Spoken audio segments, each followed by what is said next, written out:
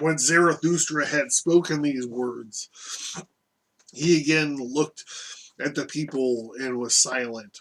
There they stand, he said to his heart. There they laugh, they understand me not. And I am not the mouth for these ears.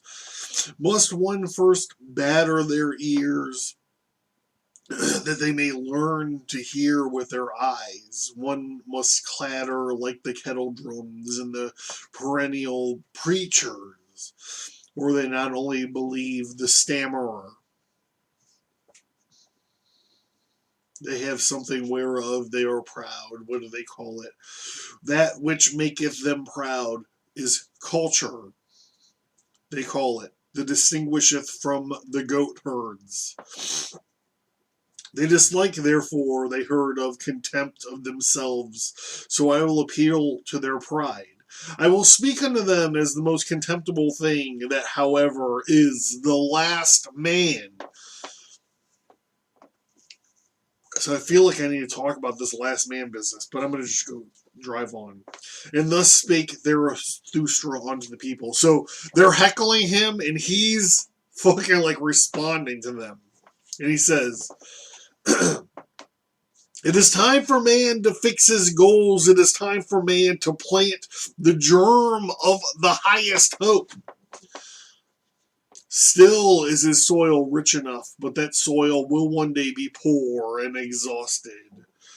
And no lofty tree will be any longer be able to grow thereon. And alas, there cometh the time when men will no longer launch the arrow of his longing beyond man.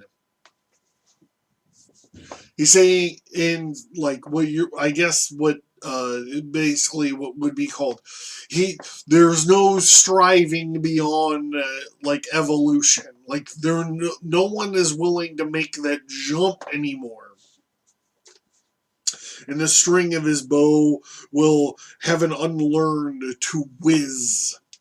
I tell you, one must still have chaos in one to give birth to a dancing star.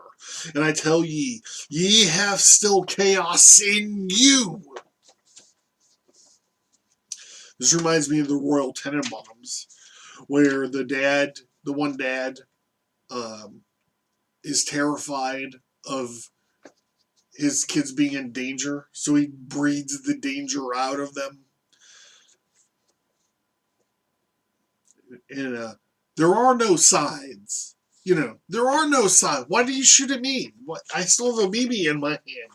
There were no sides. Because there has to be chaos in your life for you to understand who you are. This is all about the shadow self.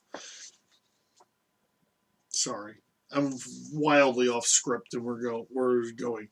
Alas, there cometh a time when men will no longer give birth to any star. Alas, there cometh a time when the most despicable man, who can no longer despise himself. This time is coming, man. Lo, I shall show you the last man. What is love? What is creation? What is longing? And what is a star? So asketh the last man and blinketh. The earth has become small, and on it there hoppeth the last man, who maketh everything small, and his species is inequitable. That is the ground flea. The last man liveth the longest. God damn it. We discover happiness, say the last man, then blink thereby. They have left the regions where it is hard to live, for they need warmth. One still loveth one's neighbor, and rubbeth against him, for one's needeth of warmth. Turning ill and being distrustful and consider sinfully, they walk warmly. He is a fool who still stumbleth over the stones of men. A little poison now and then that maketh pleasant dreams, and much poison at the last for a pleasant death. One still worketh, for work is a pastime, but one is careful lest the pastime should hurt one.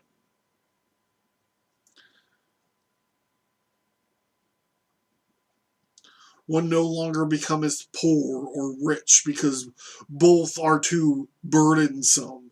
Who still wanteth to rule? Who still wanteth to obey?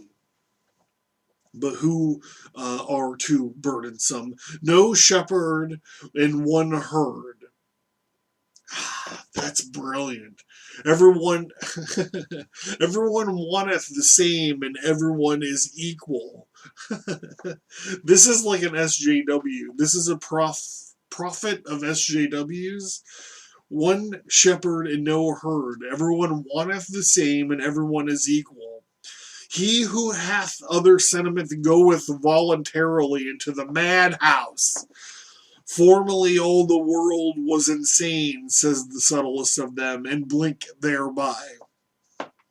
They are clever, and they know all hath happened, so there is no end to their raillery.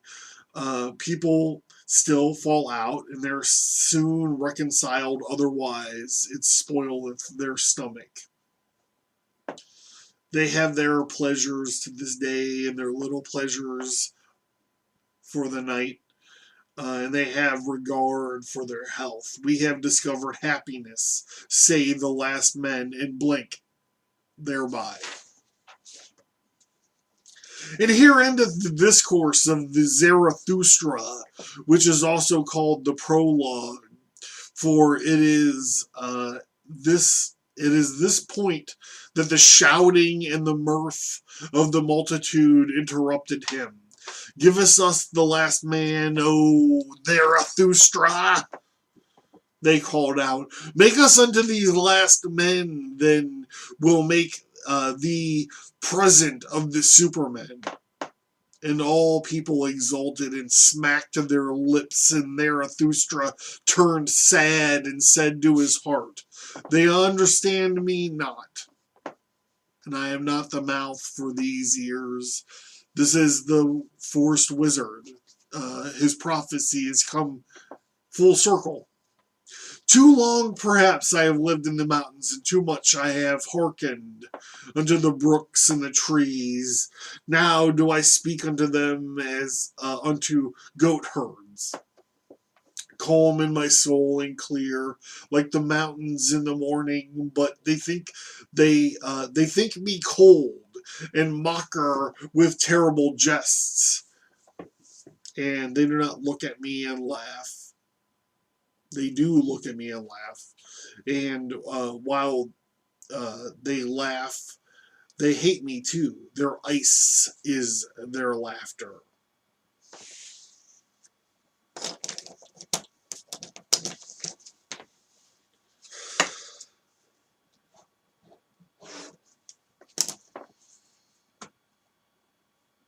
That's it.